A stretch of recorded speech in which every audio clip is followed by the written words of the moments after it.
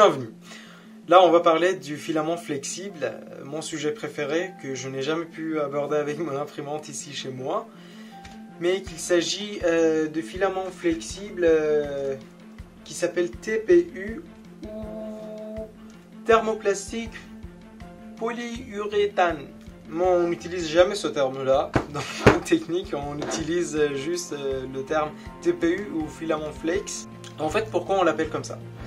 C'est parce que ce filament se déforme et il a une élasticité qui est vraiment adorable pour faire des prototypes ou des imprimantes pour loisirs qu'on fait. Et bien dans l'industrie, on l'utilise beaucoup comme des usages médicaux et par exemple pour tout ce qui est les roues, on peut en utiliser parce qu'il a une très bonne adhésion avec le sol et toute surface. Le filament flexible, il a besoin d'une certaine chose pour pouvoir imprimer.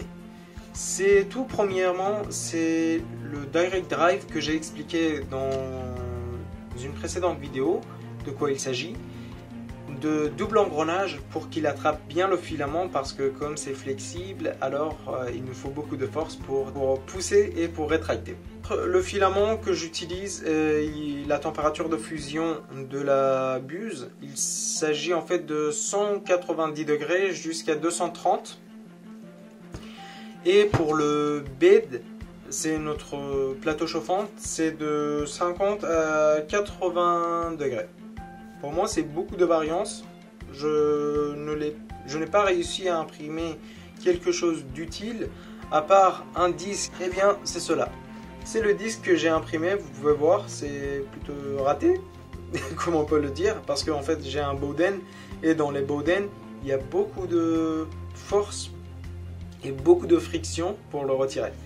Mais l'avantage, comme vous pouvez le voir, c'est vraiment flexible, il ne se casse pas, il a une mémoire, et il se reprend la forme facilement. Et voilà pour ce qui était le TPU. Le TPU ne propage pas de la fumée toxique comme du PLA.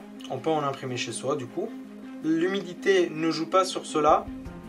Sur le TPU, on n'a pas besoin de déshumidifier le filament. Il faut juste prendre en considération que dans votre slicer, comme par exemple c'est Cura pour mon cas, il faut utiliser les paramètres donnés pour le TPU parce que les valeurs de rétractation et l'injection peuvent se changer.